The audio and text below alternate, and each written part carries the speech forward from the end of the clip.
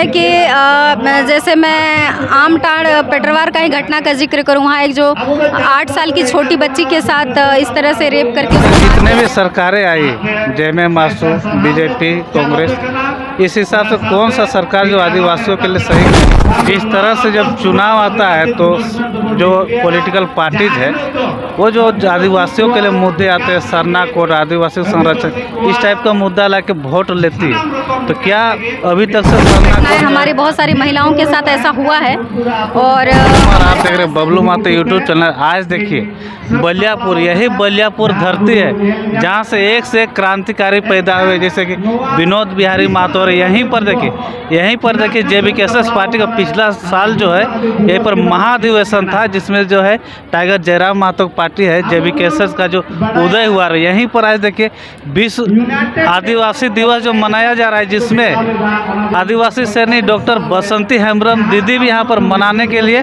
Chief guest के तौर पर यहाँ पर आई हुई है। जानने के पर दीदी जो है आप यहाँ पर आए, अब क्या संदेश देना चाहते हैं आदिवासी? मैं यहाँ पे आई और मेरा संदेश हमारे समाज के लोगों के लिए है कि वो जागरूक हो, अपना हक और अधिकार को पहचानें, सोए ना रहें और उनके विरुद्ध जो भी चीज़ें होती हैं उस चीज़ को अलर्ट होकर के साथ में एक दूसरे के लिए खड़े रहें। जिस तरह से आप लोग विश्व आदिवासी दिवस मना रहे हैं, इतना धूमधाम से मना रहे हैं, तो जैसे कुछ घटना आता है, बलात्कार जैसी घटना आदिवासियों का आता है, इस पर आप क्या कहते हैं? देखिए, मुझे ऐसा लगता है कि आप जैसे बोले कि बलात्कार जैसे घटनाएं हमारी बहुत सारी महिलाओं के साथ ऐसा हुआ है और हमारे पास ऐसा संथाल परगना से भी काफ़ी मसला ऐसा आया है, या कुछ समय पहले पेटरवार में भी ऐसा हुआ था।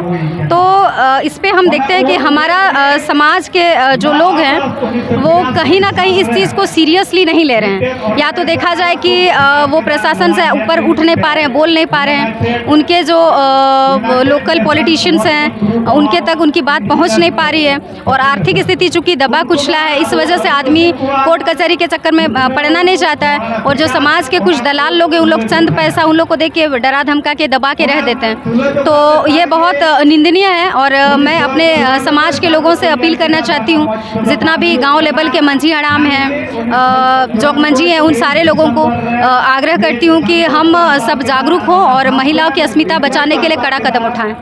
जिस तरह से जब चुनाव आता है तो जो पॉलिटिकल पार्टीज है वो जो आदिवासियों के लिए मुद्दे आते हैं, सरना कोड, आदिवासी संरक्षण, इस टाइप का मुद्दा लाके वोट लेती है। तो क्या अभी तक से सरना कोड जो है पास नहीं हुआ या लागू नहीं हुआ? आपका क्या कहना है, लागू होगा? देखिए, सरना कोड बिल्कुल लागू होगा। इसमें मैं ये कहना चाहूँगी कि सरना कोड वाला जो है ये एप्लीकेशन गया था, लेकिन आप जानते हैं कि सरकार वहाँ पे सेंट्रल पे बीजेपी थी और यहाँ पे जैसे गठबंधन सरकार थी, तो कहीं ना कहीं वो राज्यपाल के यहाँ से रुक गया। लेकिन एक दौर आएगा कि अगर हम प्रयासरत है सरना कोड को लेके, तो सरना कोड मिलना ही मिलना, आज नहीं तो कल। अभी तक जितने भी सरकारें आई, जयमे मासू, बीजेपी, कांग्रेस, इस हिसाब से कौन सा सरकार जो आदिवासियों के लिए सही कार्य किया? अभी तक हमको लगा नहीं, ऐसा कोई नहीं लगा। जिस तरह से आप देखिए यहाँ पे जो आदिवासी है 26% है पूरा झारखंड में, और आदिवासी मुख्यमंत्री है, फिर भी आदिवासी देखिए तो अभी बोल रहे हैं कि आदिवासी सुरक्षित नहीं। ऐसा क्यों बोल रहे हैं? ऐसा इसलिए बोल रहे हैं कि जैसे मैं आमटाड़ पेटरवार का ही घटना का जिक्र करूँ, वहाँ एक जो 8 साल की छोटी बच्ची के साथ इस तरह से रेप करके उसको मार दिया गया। इस बारे में वहाँ कुछ हुआ ही नहीं, अभी भी कुछ नहीं हुआ, बस सांत्वना भर मिली है। उसके अलावा संथाल परगना में कुछ महिलाओं को भी मारा गया, और उसके बाद भी इस बारे में वहाँ के जितने लोकल पॉलिटिशियंस हैं या जो सत्ता पे आरूढ़ हैं उन लोगों का भी मुंह नहीं खुलता है। तो फिर इस बारे में क्या कहा जा सकता है? जिस तरह से मैडम देखिए अभी संथाल परगना में बोला जाता था कि 44% जो है आदिवासियों का जनसंख्या, अभी घटते घटते अभी 26% पर आ गया।